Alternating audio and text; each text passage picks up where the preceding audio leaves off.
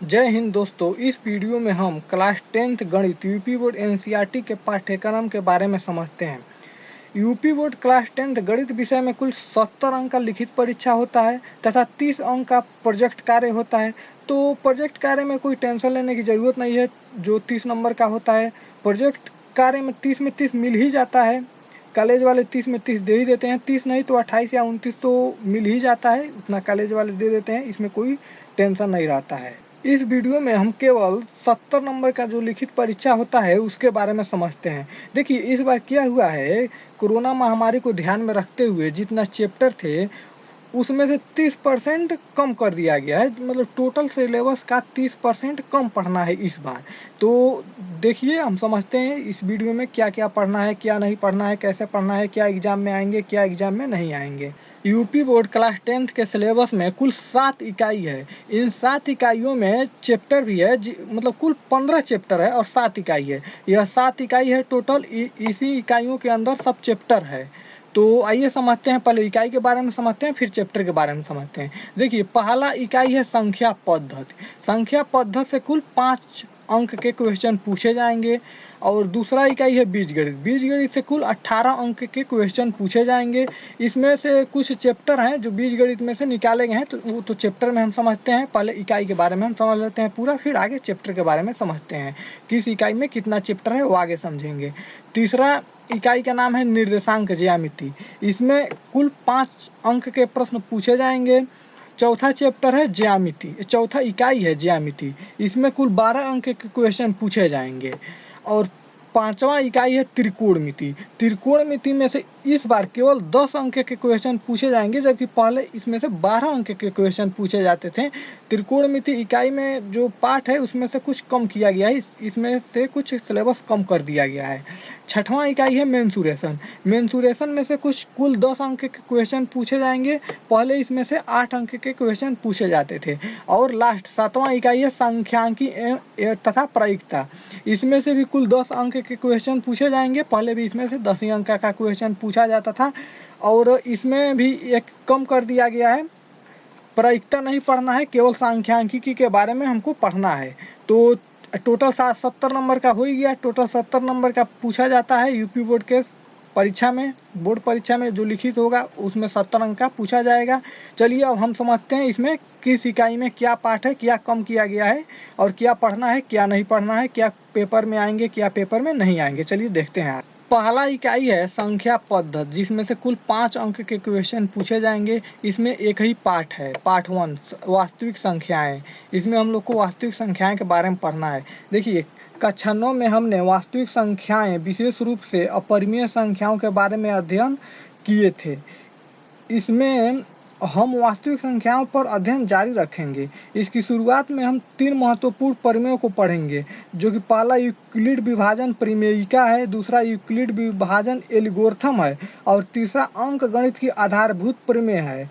इसके साथ ही अपरिमेय संख्याओं, परिमेय संख्याओं, उनके दशमलव प्रसारों को फिर दोबारा से अध्ययन करेंगे। चलिए समझते हैं दूसरे इकाई के बारे में। दूसरा इकाई का नाम है बीजगणित। इसमें से कुल 18 अंक के क्वेश्चन पूछे जाएंगे। इसमें कुल 4 चैप्टर हैं, जिसमें से 2 चैप्टर नहीं पढ़ना है। इसमें चैप्टर है, चैप्टर नंबर 2 है सिलेबस में बहुपद। बहुपद को नहीं पढ़ना है। इसमें पढ़ना है 2 चर राशियों में रैखिक समीकरण। ये जो चैप्टर नंबर 3 है, 2 चर राशियों में रैखिक समीकरण, इसको हम लोग पढ़ेंगे। और कक्षा 9 में हम लोग 1 चर राशियों में रैखिक समीकरण पढ़े थे। इसमें 2 चर राशियों में रैखिक समीकरण को पढ़ना है। चैप्टर नंबर 4 है द्विघात समीकरण। द्विघात समीकरण के बारे में भी पढ़ना है। और चैप्टर नंबर 5 है समांतर श्रेणियां। समांतर श्रेणियां के बारे में नहीं पढ़ना है।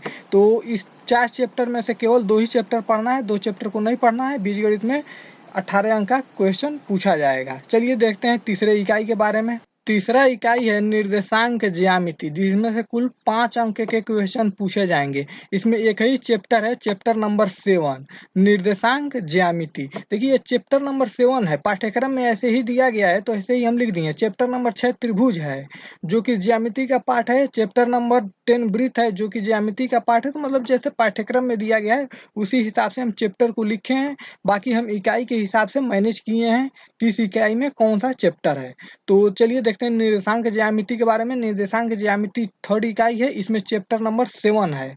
चौथा इकाई है ज्यामिति, जिसमें से कुल 12 अंक के क्वेश्चन पूछे जाएंगे। इसमें कुल 3 चैप्टर है, जो कि इसमें आएगा चैप्टर नंबर 6।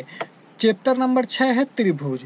तो देखिए, पिछली कक्षा में हमने त्रिभुज और उनके गुणधर्मों के विषय में पढ़ चुके हैं। इसमें हम त्रिभुज के बारे में पढ़ेंगे, लेकिन उन आकृतियों का अध्ययन करेंगे जो त्रिभुज के समान तो हो, परंतु ये आवश्यक नहीं कि वो समान अमाप की भी हो। मतलब कि कोई जरूरी नहीं है कि त्रिभुज के आकार की हो तो उनके माप भी समान ही हो। उसके बाद से वृत्त है, चैप्टर नंबर 10 है पाठ्यक्रम में, जो कि नहीं पढ़ना है। वृत्त को हमको इस बार नहीं पढ़ना है, हम लोगों को वृत्त नहीं पढ़ना है। और उसके बाद से इसमें से कोई क्वेश्चन नहीं पूछे जाएंगे, और केवल 2020-21 के लिए इसको नहीं पढ़ना है, इसको सिलेबस से निकाल दिया गया है। उसके बाद से चैप्टर नंबर 11 है रचनाएं। तो रचनाएं के बारे में हम लोग को इस बार पढ़ना है। तो पिछली कक्षा में हम लोग ने सरल रचनाओं के बारे में पढ़े थे। इस कक्षा में उसी को थोड़ा विस्तार से उसको आगे बढ़ाते हुए विस्तार से पढ़ेंगे। चलिए अगला इकाई के बारे में देखते हैं। अगला इकाई है त्रिकोणमिति। देखिए, त्रिकोणमिति में से पहले कुल 12 अंक के क्वेश्चन पूछे जाते थे, लेकिन इस बार इसमें से कुल 10 ही अंक का क्वेश्चन पूछा जाएगा। इस इकाई में 2 चैप्टर है, जिसमें कि पहला चैप्टर नंबर 8 है त्रिकोणमिति का परिचय।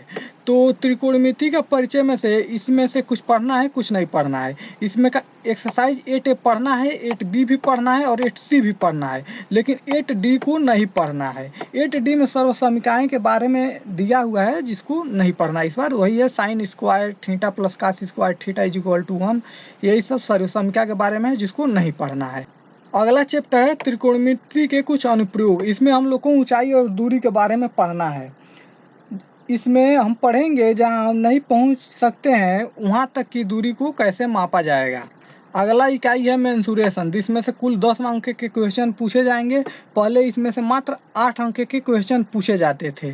इसमें 2 चैप्टर है। पहला चैप्टर है इसमें का मतलब जो पाठ्यक्रम है, चैप्टर नंबर 12 दिया गया है, वृत्तों से संबंधित क्षेत्रफल। और इसमें का दूसरा चैप्टर है, जो कि चैप्टर नंबर 13 दिया गया है पाठ्यक्रम में, यह है पृष्ठीय क्षेत्रफल तथा आयतन। तो पृष्ठीय क्षेत्रफल तथा आयतन में हम लोग पढ़ेंगे ठोस की आकृतियाँ, जैसे घन, घनाभ, बेलन, शंकु आदि। इनके पृष्ठ क्षेत्रफल और आयतन पहले से हम लोग तो पढ़ ही चुके हैं, लेकिन इसमें भी वही पढ़ेंगे, लेकिन थोड़ा विस्तार से पढ़ेंगे। उसके बाद से अगला इकाई है सांख्यिकी तथा प्रायिकता। तो प्रायिकता को तो हटा ही दिया गया है, केवल सांख्यिकी के बारे में पढ़ना है। तो इसमें दो चैप्टर दिया गया है। पहला है सांख्यिकी, इसको पढ़ना है। इसी में से टोटल 10 अंक के क्वेश्चन पूछ दिए जाएंगे। इस बार इसमें से प्रायिकता में से नहीं पूछा जाएगा, प्रायिकता को निकाल दिया गया है इस बार 2020-21 के लिए।